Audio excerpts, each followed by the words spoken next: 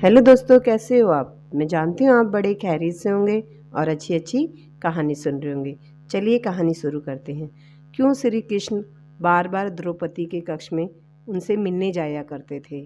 क्या बात थी ऐसी? कोई अपनी बहन के घर बार बार मिलने थोड़ी ना जाता है। मुझे तो लगता है कुछ गड़बड़ है। चलिए कहानी शुरू करते हैं। स्नान और नहाने में अंतर।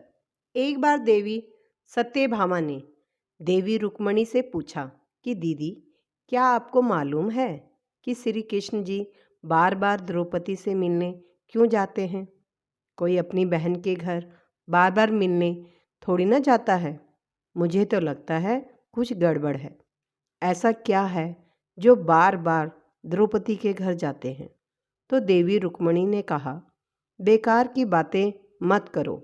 ये बहन भाई का पवित्र संबंध है। जाओ, जाकर अपना काम करो। ठाकुर जी तो अंतर्यामी हैं, वो सब समझ गए हैं। और जब वह कहीं जाने लगे तो देवी सत्यभामा ने पूछा कि प्रभु, आप कहाँ जा रहे हो?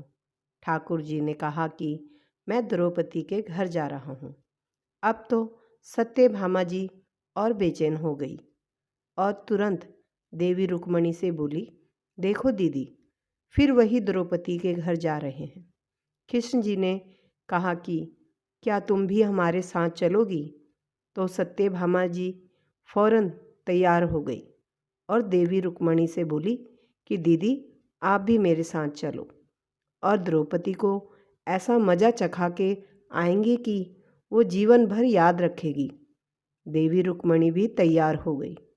जब दोनों देवियाँ द्रौपदी के घर पहुंची तो देखा कि द्रौपदी अपने केश संवार रही थी। जब द्रौपदी केश संवार रही थी तो भगवान श्री कृष्ण ने पूछा, द्रौपदी, क्या कर रही हो? तो द्रौपदी बोली, भैया, केश संवार रही हूँ। अभी आई। तो भगवान बोले, तुम काहे को केश संवार रही हो? तुम्हारी तो दो दो भाभी आई हैं, ये तुम्हारे केस संवारेगी। फिर कृष्ण जी ने देवी सत्यभामा से कहा कि तुम जाओ और द्रौपदी के सिर में तेल लगाओ, और देवी रुक्मणी, तुम जाकर द्रौपदी की चोटी करो। सत्यभामा जी ने रुक्मणी जी से कहा, बड़ा अच्छा मौका मिला है।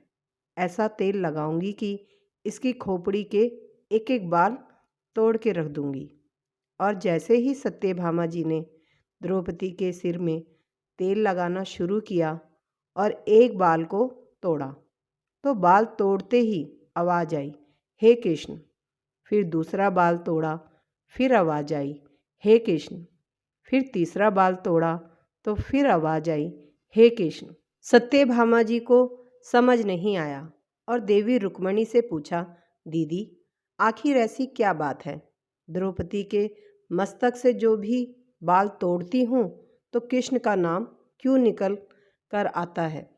रुक्मणी जी बोली, मैं तो नहीं जानती। पीछे से भगवान बोले, देवी सत्यभामा, तुम देवी रुक्मणी से पूछ रही थी कि मैं दौड़ दौड़ कर इस द्रौपदी के घर क्यों जाता हूँ, क्योंकि पूरे भूमंडल पर, पूरी पृथ्वी पर कोई संत, कोई साधु, कोई सन्यासी, कोई तपस्वी, कोई साधक, कोई उपासक ऐसा नहीं हुआ जिसने एक दिन में 3.5 करोड़ बार मेरा नाम लिया हो। और द्रौपदी केवल ऐसी है जो एक दिन में 3.5 करोड़ बार मेरा नाम लेती है, प्रतिदिन स्नान करती है, इसलिए उसके हर रोम में कृष्ण नजर आता है और इसलिए मैं रोज इसके पास आता हूँ।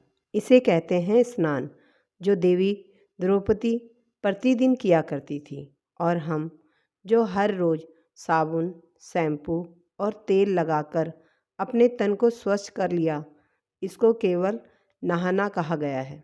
स्नान का मतलब है हमारे शरीर में 3.5 करोड़ रोम छिद्र हैं। जब नारायण से पूछा गया, ये 3.5 करोड़ रोम छिद्र किन कर्मों के लिए दिए गए हैं, तो नारायण ने कहा, जब मनुष्य 3.5 करोड़ बार भगवान का नाम ले लेता है, तब जीवन में एक बार उसका स्नान हो पाता है। इसको कहते हैं स्नान। इसलिए श्री कृष्ण नाम तब तक जपते रहिए जब तक 3.5 करोड़ बार भगवान का नाम ना जप लें। दोस्तों, अगर ये कहानी आपको पसंद आए तो इसको लाइक शेयर ज़रूर करना। धन्यवाद।